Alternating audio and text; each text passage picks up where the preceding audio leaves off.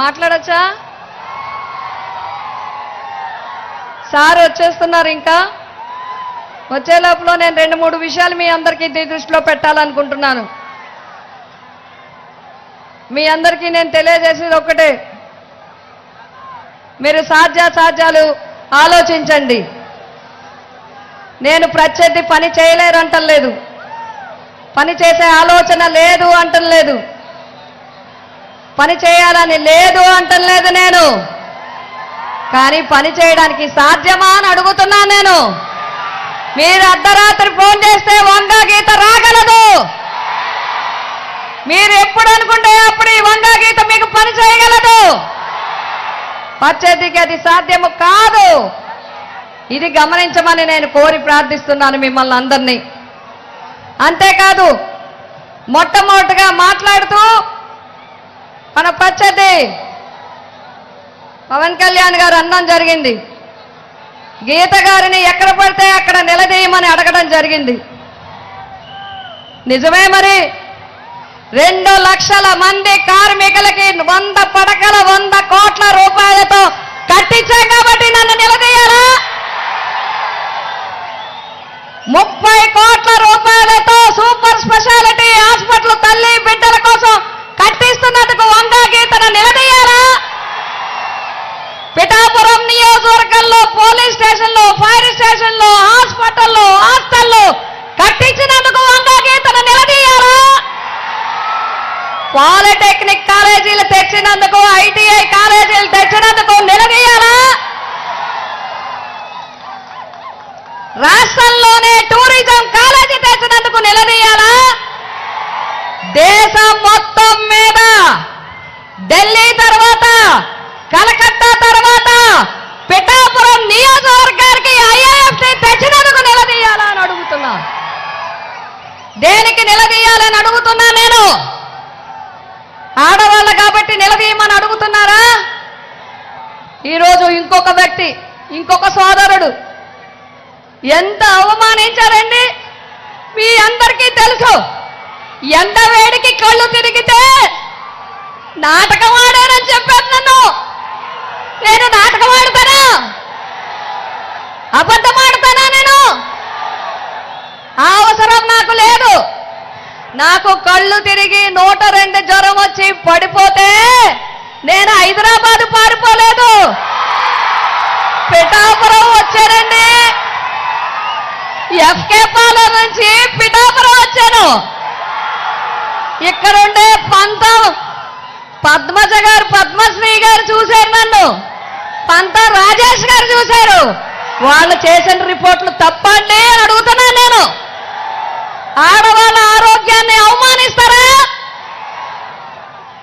ఆడవాళ్ళ అనారోగ్యాన్ని అవమానిస్తారని అడుగుతున్నాను నేను. ఆడవాళ్ళ పనితీరుని అవమానిస్తారని అడుగుతున్నాను నేను. నేను అబద్ధాలు చెప్తున్నానా? నేను 2019 నుంచి కరోనాలో మాయమైపోయానా? ఎక్కడ ఉన్నారు బాబు మీరు? విరవాడ పెద్ద పెండలం దుంప రైతులను అడగండి. ఎవరు కొనిపించి ఒరిస్సాకి పంపించారో అడగండి. చేబ్రోలు పట్టు రైతులను అడగండి. వంగా గీత వచ్చి వారికి ఏం చేసిందో అడగండి. పళ్ళ రైతులను అడగండి. కాయగూర రైతులను అడగండి. పువ్వుల రైతులను అడగండి. మరి పేషెంట్లను అందరినీ అడగండి. మీకేం తెలుసు? మీకేం తెలుసు అని అడుగుతున్నా నేను. ఆడవాళ్ళని ప్రశ్నించే ముందు మిమ్మల్ని మీరు ప్రశ్నించుకోండి. కరోనాలో మీకేం తెలుసు?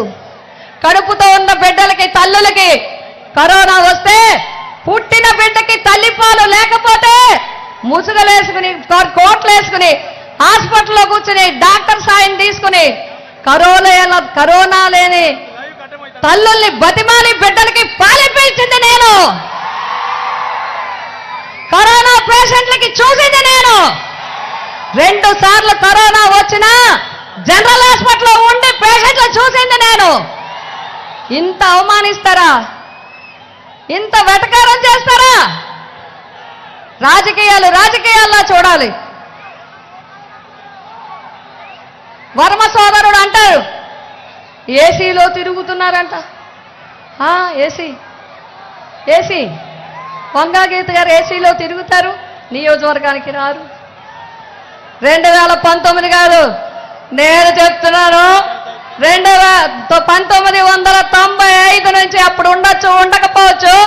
యూట్యూబ్లు చెక్ చేయి, వాట్సాప్లు చెక్ చేయి, సమాచార చట్టం చూడు, జీవోలు చూడు. వంగా గీత ఏం చేసిందో హిస్టరీ చెప్తుంది. ఇష్టం వచ్చినట్టు మాట్లాడడం కాదు. నేను ఇప్పుడుకొచ్చి ఎవరిని పర్సనల్గా మాట్లాడలేదు, ఇప్పుడు కూడా నేను మాట్లాడలేదు. బట్ నా కుటుంబంతో నా కష్టం చెప్పుకోకపోతే, నన్ను అవమానించిన వాళ్ళ గురించి నేను చెప్పకపోతే ఇంక నేను ఎక్కడ చెప్పుకోవాలి? మీ దగ్గర కాకపోతే నేను ఎవరి దగ్గర చెప్పుకోవాలి? ఎవరి దగ్గర నేను మాట్లాడుకోవాలి? నన్ను పిఠాపురం నుంచి దూరం చేస్తారా? పిఠాపురంలో నేను పుట్టలేదా? పుట్టడం నాకు తప్ప. ఎవరెక్కడ పుట్టాలో ఎవరు చెప్తారండి? ఎవరికి ఉంటుంది? ఎవరు రాస్తారు పుట్టడం గురించి? మన చేతిలో ఉంటుందా పుట్టడం? చెప్పండి, ఎవరి చేతిలో అయినా ఉంటుందా పుట్టడం అనేది? ఎవరి తల్లిదండ్రులకి పుడతావో మన అదృష్టం ఎలా ఉంటుందో ఎవరికి తెలుసు? నువ్వు ఇక్కడ పుట్టలేదు, నువ్వు ఇక్కడ పుట్టలేదు, నువ్వు ఇక్కడ పుట్టలేదు. మీరేమైనా పుట్టారా? 2009 వరకు నియోజకవర్గం జగ్గంపేట. వంగా గీత పోటీ చేసినప్పుడే ఆ నియోజకవర్గం ఇక్కడికి వచ్చింది. నీ గ్రామం గుర్తు తెచ్చుకోండి. 2009లో దొంతమూరు ఇందులో చేరింది.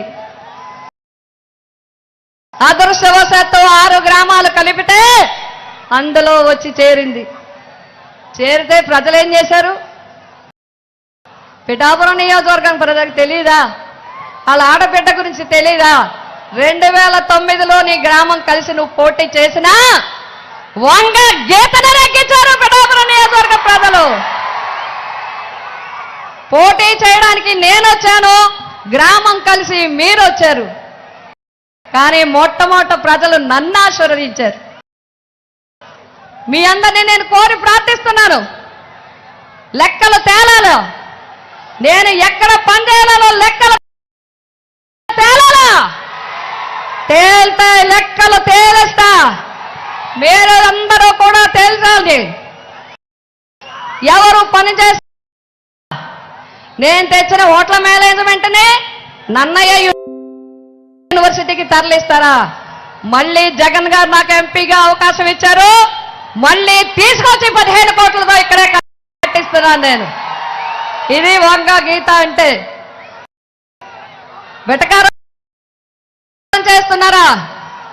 ఆడవాళ్ళు రాజకీయంలో రావడం, స్వతంత్రంగా పోటీ చేయడం. నేను అందుకే మిమ్మల్ని కోరుతున్నాను.